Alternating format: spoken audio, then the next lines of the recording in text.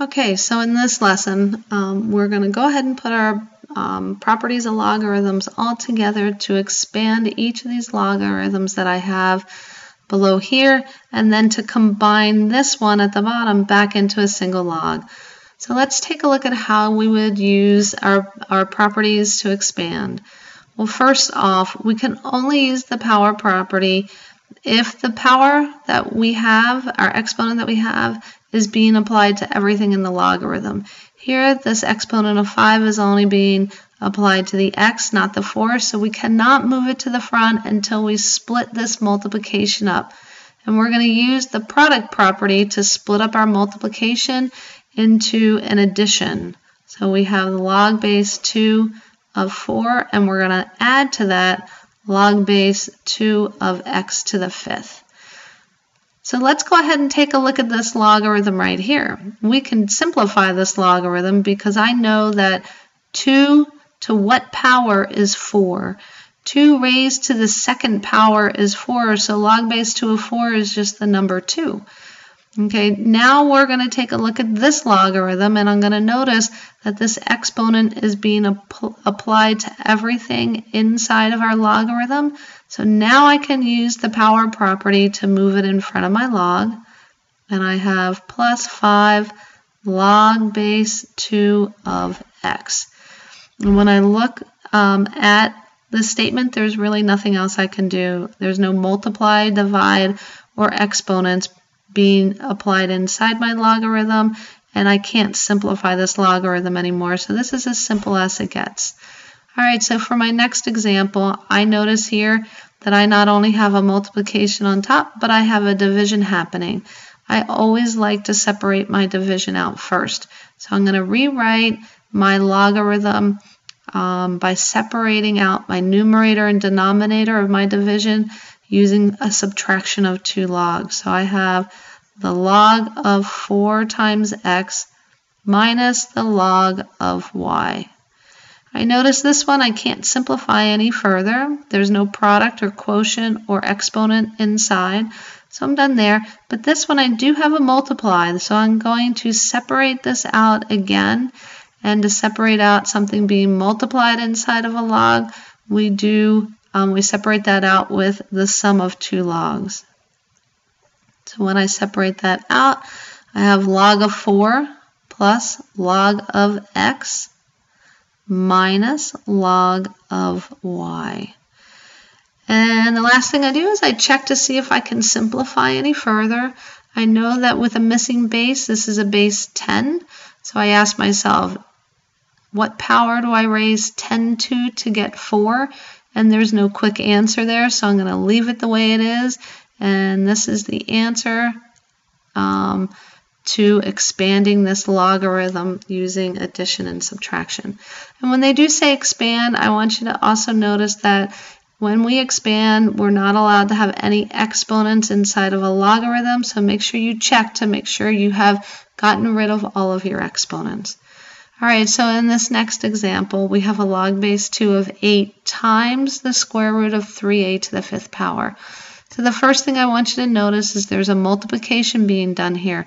So I think I'm going to go ahead and separate out this multiplication before I change my square root to an exponent. So I have log base 2 of 8, and I'm going to add to that log base 2 of the square root of 3a to the 5th power. And here I notice I only have numbers, so I'm going to ask myself the question, what power do I raise 2 to get 8? And that's the power of 3, so I can actually simplify log base 2 of 8 is 3. I can simplify that down into a number, and now I'm going to take this square root and I am going to change it into a rational exponent like we did in that one example earlier. So I have 3a to the 5th power all being raised to the half power. Now what I'm going to do is I am going to take this exponent and I'm going to apply it to everything inside my parentheses as we learned how to do in chapter 6. So I have 3 to the half power, and I have a to the 5th. Do you remember what we do when we have an exponent being raised to an exponent? We multiply. So I get a to the 5/2 power. So now I have this multiply being done inside my logarithm, so I'm going to separate that out with an addition of logarithms.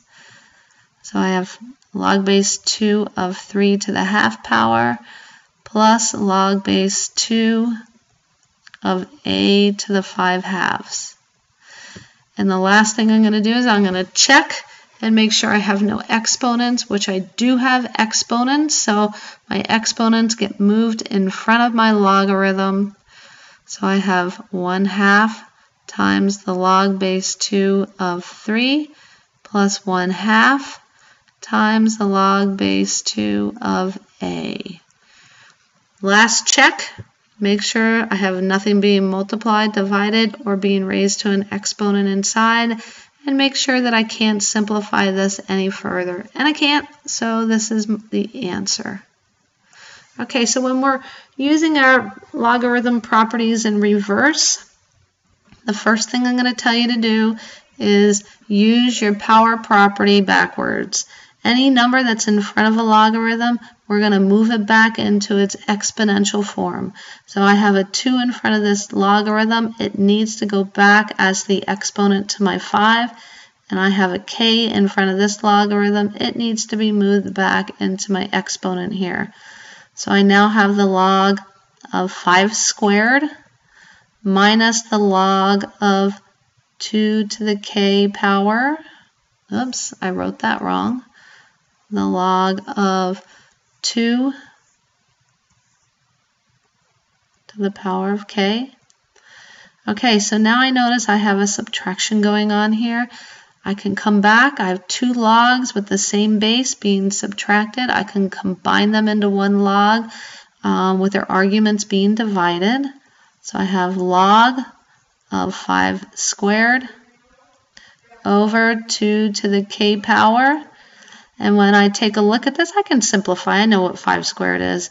So my last answer is going to be the log base 10 of 25 over 2 to the k.